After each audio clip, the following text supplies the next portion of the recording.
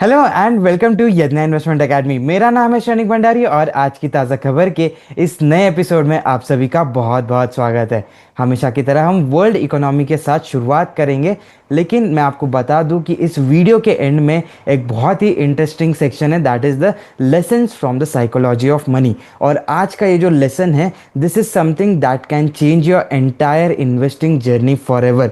सो इस वीडियो को अंत तक ज़रूर देखना, खासकर ये जो लेसन है that will definitely going to have a very useful impact in your investing journey. So इसे एंड तक के ज़रूर देखिए। एंड हम वर्ल्ड इकोनॉमी के साथ शुरुआत करते हैं, जहाँ सबसे पहली न्यूज़ है regarding the crude oil prices. So जो WTI क्रूड ऑयल के फ्यूचर्स है, वहाँ पे प्राइसेस 9% से गिरी है कल। सो इसका मेजर रीज़न ये था कि मिस्टर ट्रम्प जो है US के प्रेसिडेंट है, उन्होंने बताया है कि जो ईरान के साथ डील है regarding the Middle East war, वो it is coming to an end. बहुत जल्द ये डील जो है फुल्ली फाइनल हो जाएंगी and there will be an end of war. So this is what the commentary has come from the United States and from their president as well as from the some of the administration, right?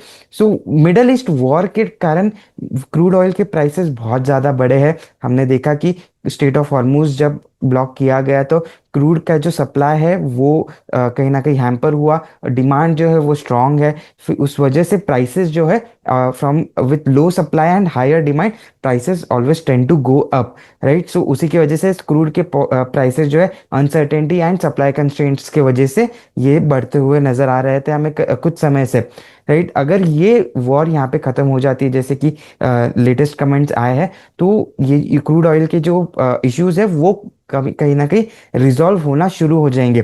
तो ऐसा नहीं है कि अगर straight of Hormuz open हो गया तो सारे ही जो पूरा जो सप्लाई है वो इमीडिएटली रिस्टोर हो जाएगा। सो लगभग 23,000 seafarers have been stuck because of this strait of Hormuz and the Middle Eastern conflict. And इसका इम्पैक्ट जो है मोर देन 87 कंट्रीज को हो रहा है, राइट। और ये स्टेट जब अगर ओपन भी होता है तो it can take several weeks to for the entire trade flow to get normalised, right. So ये जो एक इम्पैक्ट है ये एक प्रोलॉन्ग्ड इम्पैक्ट हो सकता है, बट द ओपनिंग एंड ये जो वॉर अगर एंड होती है, so that is also weighing on the sentiments of crude. जो अनसर्टेनिटी है करेंटली क्रूड ऑयल प्राइसेस में, वो थोड़ी सी घटती हुई नजर आई, and that is why a sharp decline was seen of nearly 9% in the WTI crude oil prices. Moving on to Indian economy, India का जो सर्विसेज PMI नंबर है, परचेसिंग मैनेजर्स इंडेक्स, ये नंबर आया है 58.8 पर इन अप्रैल 2026। सो मार्च में ये number around 57.5 पे था, which means the growth rate जो है वो इंक्रीज हुआ है इन द सर्विसेज सेगमेंट। सो अगर आप लोगों को PMI नहीं पता है तो मैं बता दूं कि ये एक ऐसा इंडेक्स है जो अगर 50 पे है, so it means no growth and no degrowth. 50 के नीचे this number means degrowth and 50 के ऊपर means this number means growth. So March में 57.5 था एंड अप्रैल में this number has come to 58.8, यानी कि मार्च से ये नंबर बढ़ा है। So we are still in the growth phase and the growth का जो मोमेंटम है वो भी हायर हुआ है because the number has increase, right. So एक स्ट्रॉन्गर ग्रोथ की तरफ हम, एक स्ट्रॉन्गर ट्रैजेक्टरी की तरफ हम बढ़ते हुए जा रहे हैं। So even though export orders जो है मिडल ईस्ट कॉन्फ्लिक्ट के वजह से या थोड़े से ईजिंग देखने को मिला था in the services segment, but जो ओवरऑल लोअर इन्फ्लेशनरी प्रेशर्स है एंड जो लोकल डिमांड का जो ग्रोथ है, उस इन दोनों की वजह से सर्विसेज PMI की ग्रोथ जो है वो स्ट्रांग आई है, ऐसा हमारी गवर्नमेंट का भी कहना है। Moving on to the stock specific news, आज के इस न्यूज सेक्शन में सारी की सारी न्यूज जो है that are regarding the Q4 FY26 results, because result season is in its full fledge. सबसे पहले एक बहुत ही इंटरेस्टिंग लार्ज कैप कंपनी के बारे में बात करेंगे, which is Bajaj Auto. Bajaj Auto ये एक two wheeler, three wheeler and EV segment में ऑपरेट करने वाली कंपनी है। इस कंपनी ने अपने Q4 रिजल्ट्स में बहुत ही स्ट्रॉन्ग नंबर्स प्रेजेंट किए। 41% का रेवेन्यू ग्रोथ यहाँ पे कंपनी ने रिपोर्ट किया है। Q4 का revenue number was around 17,832 crore rupees. अगर हम प्रॉफिटेबिलिटी टर्म्स में देखें तो प्रॉफिटेबिलिटी हैज़ ऑलमोस्ट डबल्ड। सो 3,600 करोड़ का पैट इस कंपनी ने रिपोर्ट किया है। एंड वॉल्यूम्स अगर हम कंपनी की देखें तो वॉल्यूम्स में भी 24% का जंप देखने को मिला है। एंड जो वैल्यू ग्रोथ है which that has outperform the volume growth. So हमें ये भी समझ में आ रहा है कि कंपनी का जो ओवरऑल वैल्यू प्रोपोजिशन है या जो रियलाइजेशन मिक्स है या जो प्राइसेस है इनके टू व्हीलर्स की, वो ऑन अ अपवर्ड ट्रैजेक्टरी है। सो अगर हम इस कंपनी के बारे में और डिटेल्स देखें तो एक्सपोर्ट्स का जो बिजनेस है, एक्सपोर्ट्स का जो सेगमेंट है, that has cross 6 lakh units in Q4 and वहाँ पे भी 30% का ईयर ऑन ईयर ग्रोथ हमें देखने को मिला है। Latin America, Africa and Asia में double digit growth in geographies में कंपनी ने विटनेस की है। Chetak EV has crossed 1 lakh retail units in Q4। So Bajaj retains leadership in the electric two wheeler market. So 1 lakh units इस कंपनी ने एक quarter में बेचे हैं in the electric vehicle segment. The next we are going to talk about CG Power and Industrial Solutions Limited। इस company के revenue numbers देखने से पहले मैं आपकी नज़र डालूंगा इस कंपनी के ऑर्डर बैकलॉग पे। 61% का ऑर्डर बैकलॉग का ग्रोथ है। 10,600 करोड़ से बढ़कर ये कंपनी का जो ऑर्डर बैकलॉग है, it has risen to 17,100 crore. So अगर हम Q4 के कंपनी के नंबर्स देखें तो 25% का स्ट्रॉन्ग ग्रोथ कंपनी ने रिपोर्ट किया है with a revenue of 3,442 crore. EBITDA margins में कंपनी ने एक्सपांशन दिखाया है एंड ओवरऑल प्रॉफिटेबिलिटी में भी 32% का ग्रोथ हमें देखने को मिला है। ऑर्डर इनटेक अगर हम देखें तो 40% से बढ़ते हुए नजर आए हैं।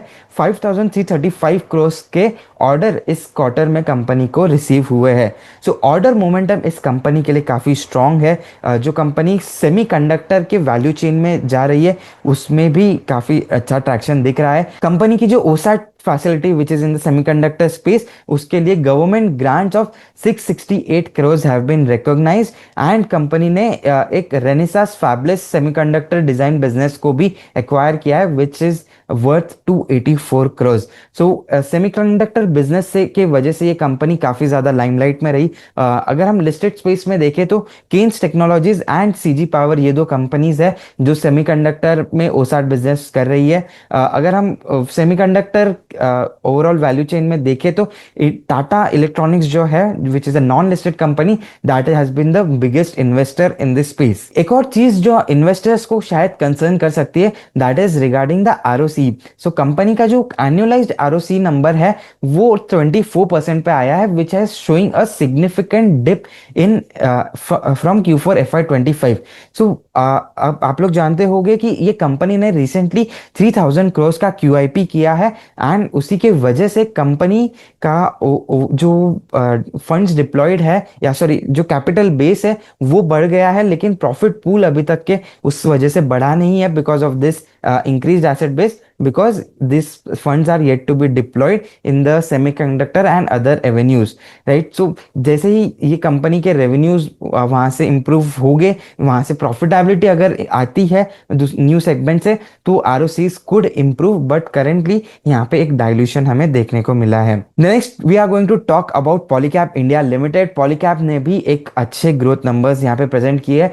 27% का growth दिया है इस कंपनी ने, which is a very strong growth if we look at the entire industry। EBITDA margins जो है कंपनी के around 13% पर आए हैं। So overall EBITDA margins अगर हम देखें तो कंपनी के margins में थोड़ी सी गिरावट देखने को मिली है। 14.7% का Q4 FY25 का नंबर रहा था जो 13.1% पे आया है। So margins हमेशा से एक्स्ट्राऑर्डिनरीली हाई रहे थे। मैनेजमेंट हैज बीन गाइडिंग कि इनका जो वायर्स एंड केबल सेगमेंट है उस सेगमेंट में 12 to 14% के मार्जिन्स रहेंगे एंड उस सेगमेंट में भी लगभग 13% के मार्जिन्स है इस कंपनी के। सो एक लॉन्ग टर्म सस्टेनेबल मार्जिन्स के लेवल पर कन्वर्जेंस यहाँ पे हमें देखने को मिला है despite a very strong revenue growth. अगर हम कंपनी के FMEG बिजनेस की बात करें तो ये सेगमेंट में काफ़ी स्ट्रॉन्ग ग्रोथ देखने को मिली है।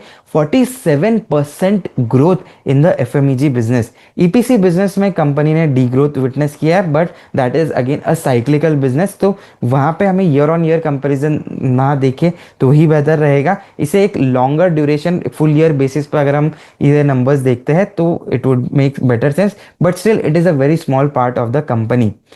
कंपनी ने एक इंटरेस्टिंग चीज बताई है कि कंपनी का जो ओवरऑल वायर्स एंड केबल्स का मार्केट शेयर था in the organize segment, it has increase from 27-28% to 30-31%।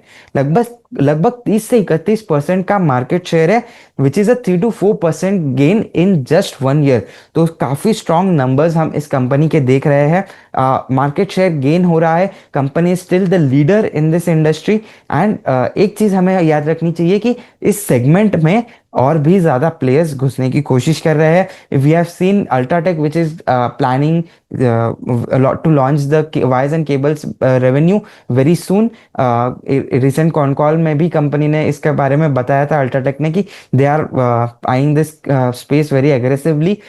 Even Crompton Greaves, ये जो कंपनी है, इस कंपनी ने भी एक फाइलिंग की थी लास्ट क्वार्टर में कि they are going to enter in the wires and cables business. So यहाँ पे कंपटीशन जो है वो आगे जाके बढ़ता हुआ नजर आएगा, लेकिन Polycab has still displayed a very good number. FMEG में इनके जो सोलार पोर्टफोलियो है वो बहुत अच्छा किया है। Solar portfolio has doubled on year basis.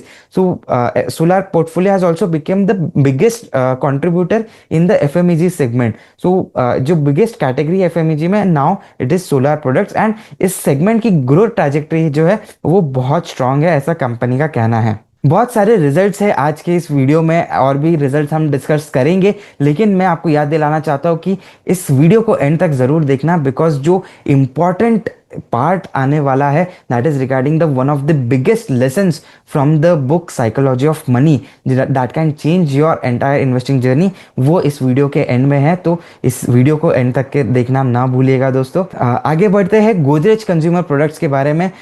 ये कंपनी ने अराउंड 11% का रेवेन्यू ग्रोथ एंड 10% का पैट ग्रोथ रिपोर्ट किया है। ओवरऑल एबिडा मार्जिन्स में लगभग 70 बेसिस पॉइंट्स का यहाँ पे इम्प्रूवमेंट देखने को मिला है। वॉल्यूम ग्रोथ जो रही है इस कंपनी की दैट वाज अराउंड 6%। सो 11% का वैल्यू ग्रोथ, 6% का अंडरलाइन वॉल्यूम ग्रोथ, सो 5% से लगभग रियलाइजेशन लेवल्स में इंप्रूवमेंट देखने को मिला है। इंडिया का जो स्टैंड अलोन सेल्स ग्रोथ रहा है दैट हैज़ बीन अराउंड 10%। कंपनी का कहना है कि Africa, USA and Middle East have been growing very strongly with more than 20% growth, and Latin America has been the biggest growth driver with 26% growth. Blue Star का एक subdued result हमें देखने को मिला है इस क्वार्टर में। सिर्फ 1% का ग्रोथ कंपनी ने रिपोर्ट किया है, लेकिन यहाँ पे मार्जिन्स में रिकवरी आई है। इसी वजह से कंपनी का जो पैट है वो 17% से बढ़ता हुआ नजर आया है। ऑर्डर बुक में भी 10% का ग्रोथ देखने को मिला है, लेकिन the major concern is the unitary product segment which is the room AC division. जो हमारे घरों में हम लोग एसी यूज करते हैं, उस सेगमेंट में 5% का डिक्लाइन देखने को मिला है, and that has been very logical and also expected. जिस तरह से ये समर सीजन का ऑनसेट आया है, एक डिलेड समर हमें देखने को मिला था, प्लस मार्च मंथ में काफ़ी ज़्यादा हमने अक्रॉस इंडिया हमने रेंज देखी, तो उस वजह से भी टेम्परेचर्स जो थे ओवरऑल लो थे। अगर हम समर का एक इंटेंसिफाइड समर की बात करें तो that has started from second half of April. So as an investor we need to understand कि अप्रैल का भी जो फर्स्ट हाफ है that was not very good, so that will also weigh in the Q1 FY27 performance. एक model portfolio stock के बारे में बात करेंगे which is Avalon technologies. We have this in our model multiple model portfolios. 40% का revenue growth company ने इस segment अपने इस क्वार्टर में रिपोर्ट किया है। ग्रॉस मार्जिन्स में थोड़ा सा डिप हमें देखने को मिला, लेकिन एबिडा मार्जिन्स में उतना ज़्यादा डिप नहीं है। So gross margins 141 basis points का डिप है, लेकिन एबिडा तक के अगर हम आए तो सिर्फ 21 बेसिस पॉइंट्स का डिक्लाइन यहाँ पे हमें देखने को मिला है। सो ओवरऑल एबिडा जो है वो 38% से ग्रो होता हुआ नजर आया है, whereas the PAT of this company has increased by 69.5%. So strong PAT growth हमें यहाँ पे देखने को मिला है। ऑर्डर बुक जो है कंपनी की ईयर ऑन ईयर बेसिस पे 25% से बढ़ती हुई नजर आई है। सो अगर हम नंबर्स देखें इस कंपनी के, तो रेवेन्यू ग्रोथ काफ़ी स्ट्रांग है, it was more than expectations. लेकिन अगर हम सिक्वेंशियली ऑर्डर बुक देखें, यानी कि Q3 FY26 दिसंबर 2025 की अगर हम ऑर्डर बुक देखें, तो दैट वाज रफली अराउंड 2000 करोड़ प्लस। वहां से अगर हम देखें तो सिर्फ सिंगल डिजिट का रेवेन्यू ऑर्डर बुक ग्रोथ हमें देखने को मिला है। So this is a bit concerning part in this particular result. बाकी ओवरऑल रिजल्ट जो है काफ़ी स्ट्रांग रहा है। कंपनी का बॉक्स बिल्ड रेवेन्यू जो है वो अच्छे से वो 54% पर आया है। So that is also very good. जहाँ पे बॉक्स बिल्ड रेवेन्यू जितना ज़्यादा होगा, कंपनी के हाई मार्जिन प्रोडक्ट्स उतने ज़्यादा होंगे, because box build is a holistic approach, जहाँ पे company any you take any EMS company, box build products में उनके मार्जिन जो होते हैं वो ज़्यादा होते हैं। सो ओवरऑल ऑर्डर बुक अगर हम देखें तो कंपनी की 2196 करोड़ की ऑर्डर बुक्स है। जो ये जो ऑर्डर्स है, these are short term orders which are executable within 14 months. अगर हम कंपनी के लॉन्ग टर्म ऑर्डर बुक की बात करें तो that is standing at 1245 crore. So this particular order book, long term contract जिसे कंपनी टर्म करती है, so long term contracts are executable in 14 months to 3 years, यानी कि 14 to 36 मंथ्स में ये कॉन्ट्रैक्ट्स एग्जीक्यूट होते हैं। सो ओवरऑल ऑर्डर बुक देखे तो स्ट्रॉन्ग ऑर्डर बुक है, लॉन्ग टर्म कॉन्ट्रैक्ट्स भी स्ट्रॉन्ग है। अगर यहाँ से मोमेंटम ऑर्डर बुक में और स्ट्रॉन्ग आता है तो इस कंपनी के लिए ये और भी अच्छा साइन हो सकता है, but that is something that will be closely watching and informing you in the mean time. KPIT technologies के बारे में बात करेंगे। 11.9% का रेवेन्यू ग्रोथ रहा है इस कंपनी का। 1711 करोड़ का रेवेन्यू कंपनी ने रिपोर्ट किया है। EBITDA margins have been broadly flat in this quarter. अगर हम कंपनी के पैट की बात करें तो पैट हैज डिक्लाइन 33.5%। सो ये जो EBITDA मार्जिन स्टेबल है, EBITDA जो है more or less that has increased, right. फिर भी पैट क्यों डिक्लाइन हुआ, that has been a very big question. So PAT decline के जो रीजंस है, so one was higher depreciation. So company ने कुछ इंटेंजिबल्स वगैरह राइट ऑफ किए हैं। उसके साथ साथ फाइनेंस कॉस्ट जो है on deferred consideration and new loans, that has also increase. And जो कंपनी ने वेज हाइक्स ली है which are not an operational deterioration, so that has also caused and a decline in the part of the और the bottom line of this company. So अगर हम ये one offs अगर हटा देते हैं तो मोर और लेस ज़्यादा इम्पैक्ट नहीं है प्रॉफिटेबिलिटी पे। TCV विंस की अगर हम बात करें तो $349 मिलियन की विंस कंपनी को मिली है, and that includes 2 large deals. अगर हम कंपनी के FY27 गाइडेंस की बात करें तो FY26 से बेटर आउटलुक रहेगा, ये कंपनी का कहना है। EBITDA margin have been guided at around 20.5 to 21.2%। So एक similar level of EBITDA margin, बहुत ज़्यादा मार्जिन में हेरफेर नहीं रहेगी। ग्रोथ नंबर जो है FY27 से बेहतर रहेगी, ऐसा कंपनी का कहना है। सो FY26 वाज बैड। अगर हम पूरा ही IT एज एन इंडस्ट्री देखें तो सभी के लिए इतने अच्छे नंबर्स नहीं रहे हैं, लेकिन FY27 में पॉजिटिविटी आ सकती है, ऐसा कंपनी का कहना है। सो दोस्तों, अभी बढ़ते हैं हमारे most awaited section, that is the lessons from this book, that is psychology of money, which is written by mister Morgan Housel. बहुत ही अच्छी बुक है, अगर आपने नहीं पढ़ी है तो इसे ज़रूर पढ़िए। And if you are not interested in reading, so don't worry, we will be consistently sharing the lessons, very important lessons जो की इनकी लर्निंग्स है। ऐसे वीडियोज़ के द्वारा हम आपके साथ ज़रूर से ज़रूर शेयर करने की पूरी कोशिश करेंगे।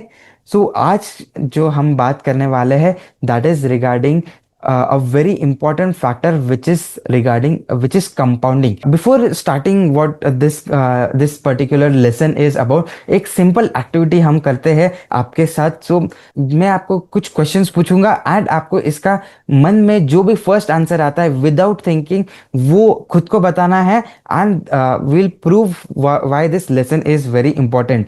So अगर मैं कहता हूं कि आपको 5 साल में 12% के रिटर्न मिल रहे हैं ऑन अ कंपाउंडेड बेसिस, तो कितने रिटर्न्स मिले ओवर 5 years? जाहिर सी बात है, human mind will naturally calculate कि 60% से थोड़े से ज़्यादा रहेंगे, बिकॉज कंपाउंडिंग है तो रिटर्न्स ऑन रिटर्न्स मिलते रहेंगे। तो 12 into 5, 60% से थोड़े से ज़्यादा रिटर्न हमें मिलने चाहिए, विच इज़ एब्सोल्युटली करेक्ट। अगर आपका ये थिंकिंग है तो 76% का क्यूमुलेटिव रिटर्न्स यहाँ पे बनते हैं।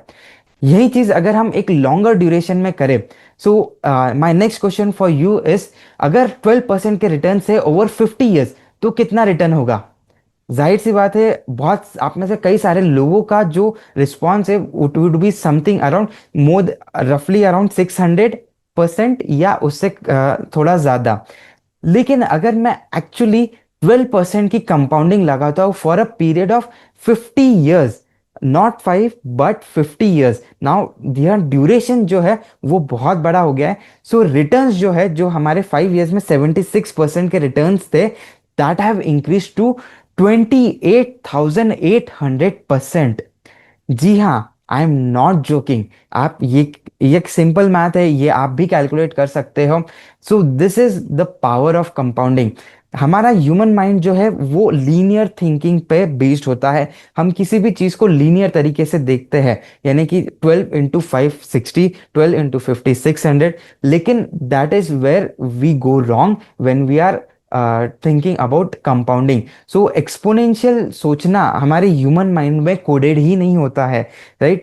सो that is basically the difference of compounding and normal growth. So Morgan Housel ji ने यहाँ पे एक बहुत ही क्लासिक एग्जांपल दिया है, that is one of the greatest investors if not the greatest, mister Warren Buffett का। सो वॉरेन बफेट जी का जो ओवरऑल इन्वेस्टिंग करियर रहा है, वो it started from when he was 11 years old and now he is in his 90s. So and he is undoubtedly considered as one of the greatest investors. So इस पे तो कोई दो राय नहीं रहेगी। लेकिन क्या ऐसा फैक्टर है जो मिस्टर वॉरेन बफेट को सबसे बड़ा इन्वेस्टर बनाता है? सो अगर मैं आपको कहूँ कि this is not his stock picking, this is not his multi bagger investments, but this is his consistency and his age. अगर मिस्टर वॉरेन बफेट ने ओवरऑल अपने इन्वेस्टिंग करियर के उनको अगर हम दो भाग कर देते हैं, जो उनका करंट वेल्थ है उसका 90% has come after his age of 65, right? 11 years की एज से इन्वेस्टिंग करने वाले इंसान की 90% ऑफ द वेल्थ, जो करंट वेल्थ है, that has generated after the age of 65। ये एक ऐसी एज है, जनरली यहाँ पे most of the people they are retired in India और in the western world, many people are retired by this age, but mister Buffett has still been working and he has generated a very humongous amount of wealth. So यही चीज अगर हम investing में भी apply करते हैं, जैसे कि हमने आज के ही रिजल्ट्स में बात करी कि पॉलीकैब इंडिया लिमिटेड या बजाज ऑटो लिमिटेड, ये जो कंपनीज है ये काफी स्ट्रॉन्ग तरीके से ग्रो करती हुई नजर आई है। 30% का ग्रोथ यहाँ पे ये कंपनीज रिपोर्ट कर रही है।